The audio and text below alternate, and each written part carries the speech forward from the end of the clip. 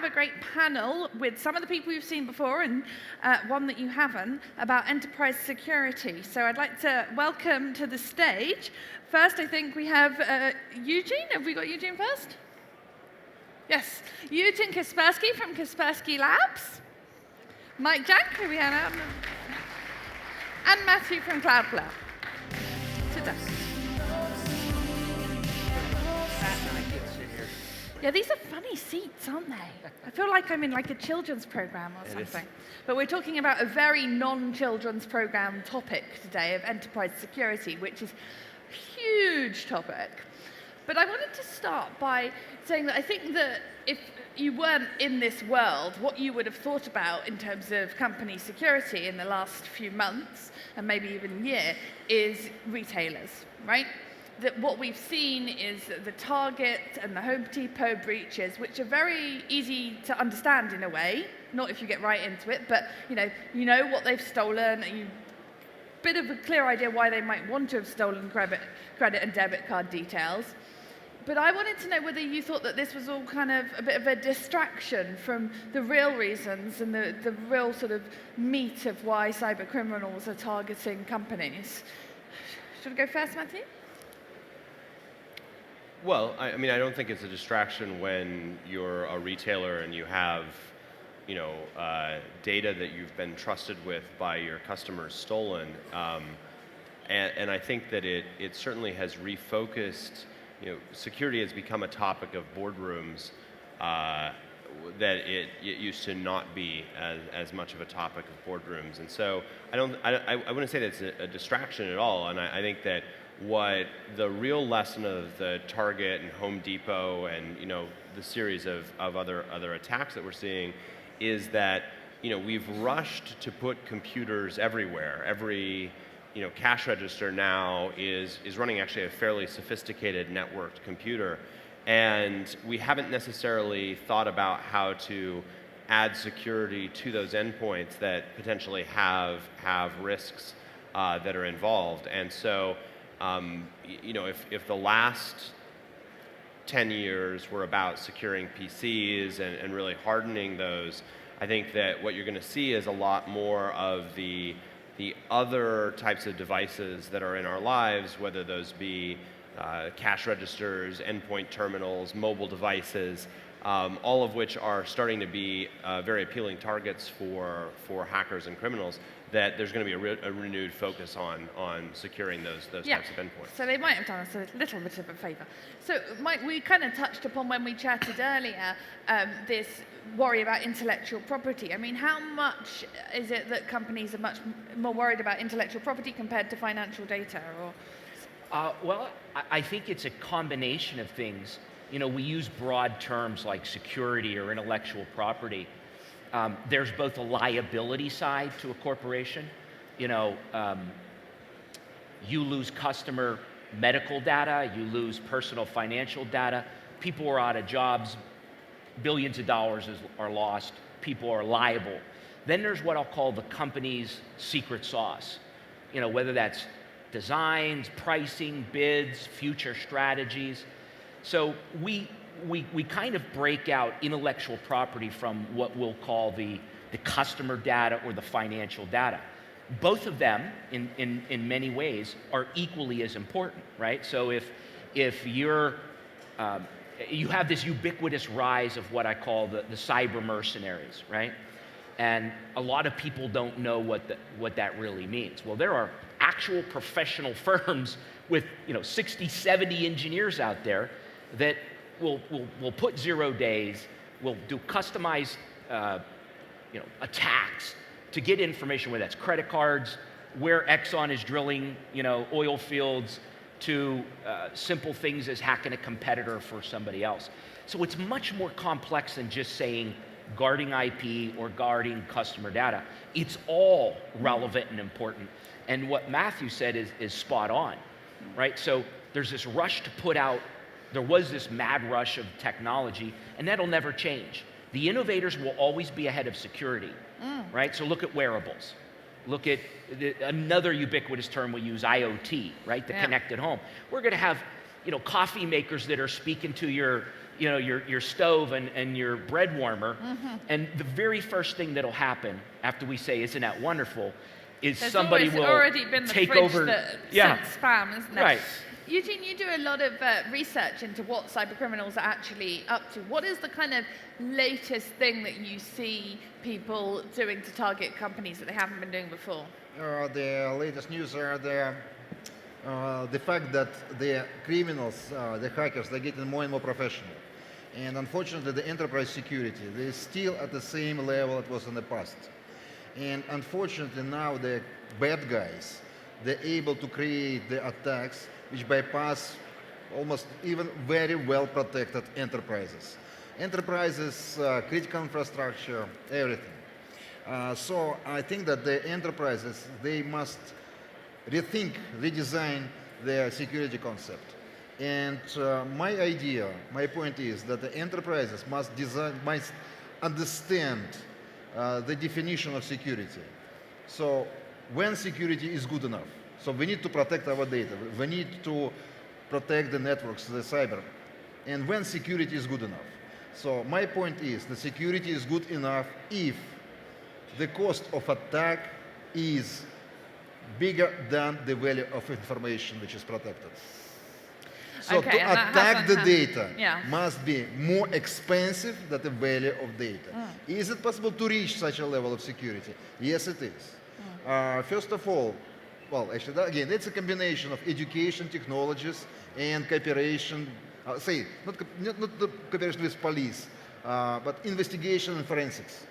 So by education, I mean in a very wide terms. Yeah. So penetration test, security audit. So penetration testing lessons for to people the that don't know is... employees trainings is also very important. Yeah, so penetration testing is getting, employing people to get in, to try and get into your company, to try and get into your company's crown jewels, secret sauce, hackers who are on your side in a way. And you're saying that's a good idea, yeah. And one of the things you're kind of making the point there is it's really getting quite cheap and easy to attack a company. And you don't even have to be quite as much of an expert as before, right? I was just wondering, I'm kind of see this whole landscape developing, and I almost wonder why anyone does conventional crime anymore, right? Organized crime are really moving into the cyberspace, aren't they?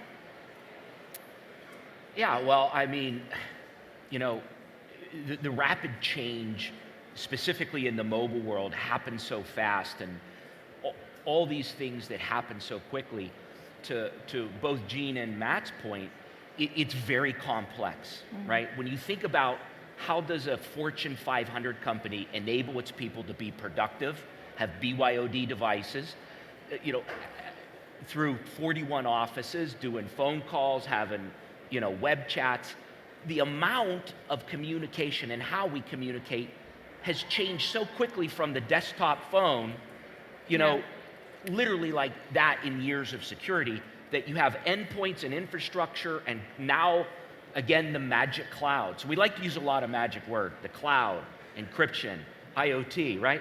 But within there are 47 different layers where you can specifically talk security. So yes, it's easier, it's cheaper, and that won't go away. Extending that even further, if you think about the way that we conceptualized security in the past, it was if you were an enterprise, you had a building. That building had 4 walls around it. One of those walls had a piece of fiber that came into it, and you racked and stacked a whole bunch of boxes and software that sat at the edge of that building and then protected what was in the building. The challenge today is a typical enterprise still has that building. There might not be as much stuff in it, but now they're using Salesforce for CRM, they're using Workday for ERP, they're using NetSuite for financial reporting and control. All of these have potentially sensitive data in them. All of them have a potential risk of hacking. And the challenge is that you can't buy a FireEye box and ship it to NetSuite and say, hey, could you install this in your rack? And so the places that are left, there are fewer places left where you can install security. And so you can do it at some level like Silent Circle or a company like Lookout is doing, where they're trying to add a layer of security to the devices themselves. You could do it somewhat how we're doing it, where we're saying let's make the network itself smart and insert security there. But fundamentally, as the perimeter of the network is changing, that's creating new challenges in terms of where you put your security systems.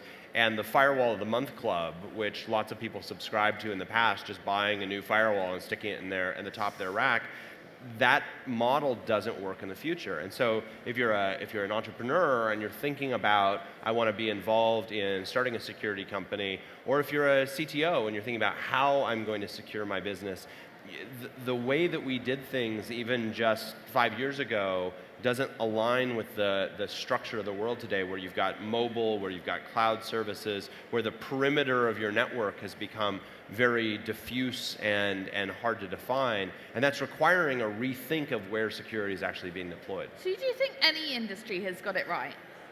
I mean, the banks, for example, have been dealing with similar threats about fraud and things like that for a long time. Are they the best? You know, I guess I'm not super nihilistic about this.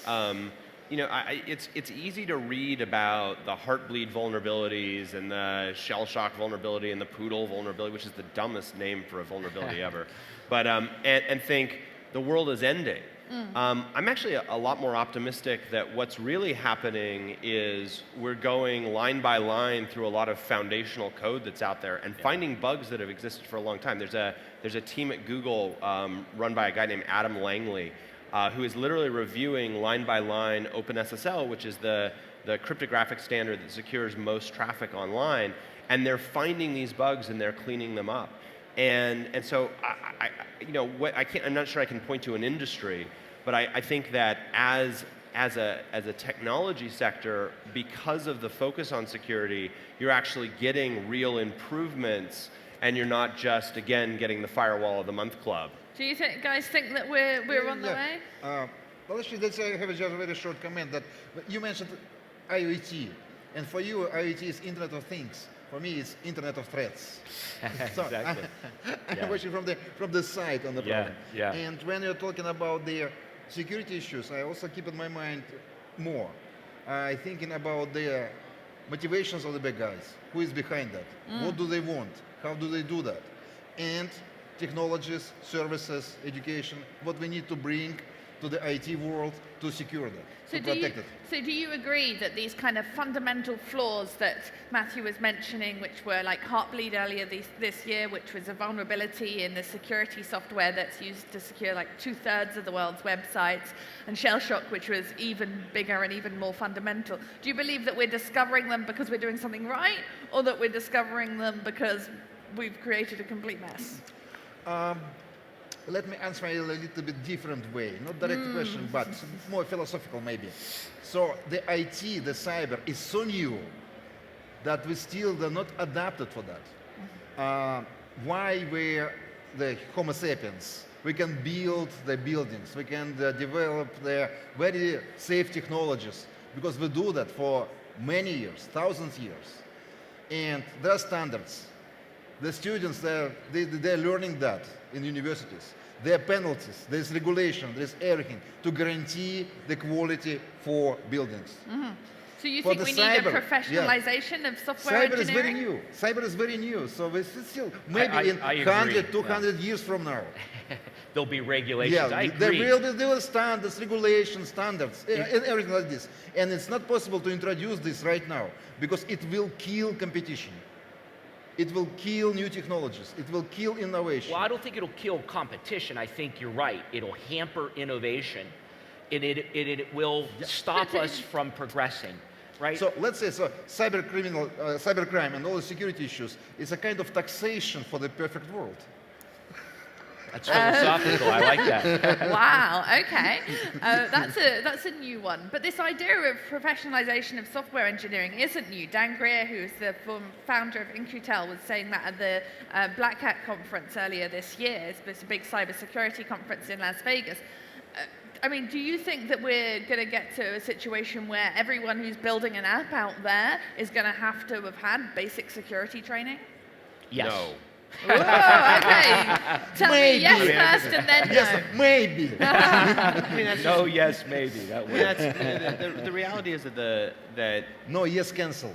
that that the nature of writing code is, anyone in here with their laptop can write code, and next thing you know, it turns into Facebook, or it turns into big things. I think though that there will be a number of developments that help ensure that code that you're writing has more security on top of it. If you look at modern languages that have variable protections and things that make it harder for you to make mistakes, that has added a layer of protection, a layer of security that's on top of it. But to think that we're going to regulate software development, I think is naive, because at the end of the day, you look at these things that turn into massive companies, and they start in someone's dorm room, quite literally. And that said, the winners and the losers in this space can be those who take these security challenges seriously versus those that don't. So if you compare, you can make actually a pretty compelling case that why MySpace lost and Facebook won was that MySpace didn't take the threat of spam seriously, and it got completely overrun with that, whereas from the very beginning, Mark at Facebook really focused on that, and they built a very professional security team, and they actually hired people that were finding the vulnerabilities in their software and brought them on and ran very sophisticated, red team exercises and other things, which has actually built a surprisingly secure, surprisingly robust platform as a result. So, I think that there will, as the costs of making security errors increases, to Eugene's point, that tax hurts those people that don't have the sophistication, and that as rational, self-interested profit maximizers, Sure. software developers will do the things that make it so that they're going to be more successful than less successful. You think also that consumers will get more savvy and sort of, choose the safer one over the other one? I think that's hard. It's really very difficult to say which is the safer versus the not safe. But that said, when these vulnerabilities, there's probably an under level of information about how secure a particular company is ahead of time, but then there's probably an overreaction when there are vulnerabilities, and so that probably evens out to something which is around the right thing. Again, these are discussions that are being had in major Fortune 500 boardrooms, and I think the demand for all of our services is on the rise because of that. And I think that there are people who are looking for real solutions to problems, as opposed to what the security industry has often been in the past, which is just a marketing kind of cover my ass business. Right. Yeah. And I think that's a very positive development. You're seeing a much more aware Fortune 1000 entities today. No longer does the best flashy pamphlet win. They outsource testing. They get 2 or 3 security firms to look at it. They talk to other CISOs of Fortune 5. It's much, much more robust. To Matthew's point, in the past, he or she with the most PR dollars were winning the quarterly sales. Not anymore. So when you see a lot of these companies that rise to the top of the cream to what we're doing, there's been dozens that have fell along the way.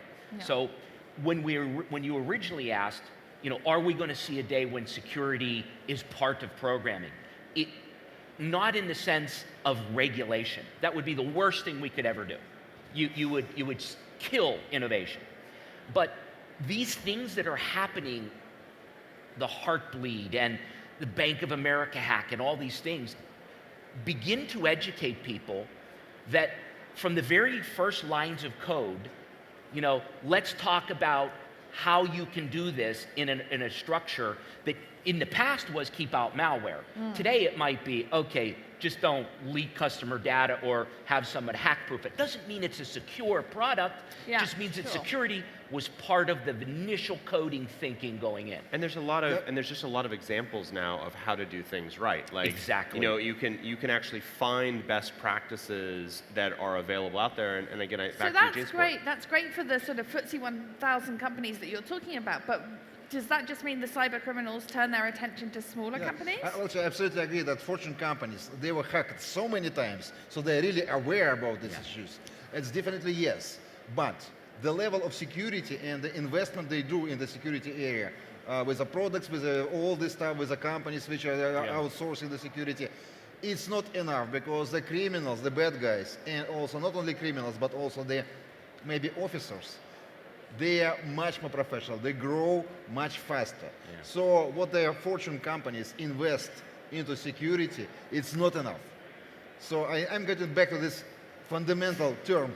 The security must guarantee such a the protection must be so high that it must be more expensive to hack than the cost of information.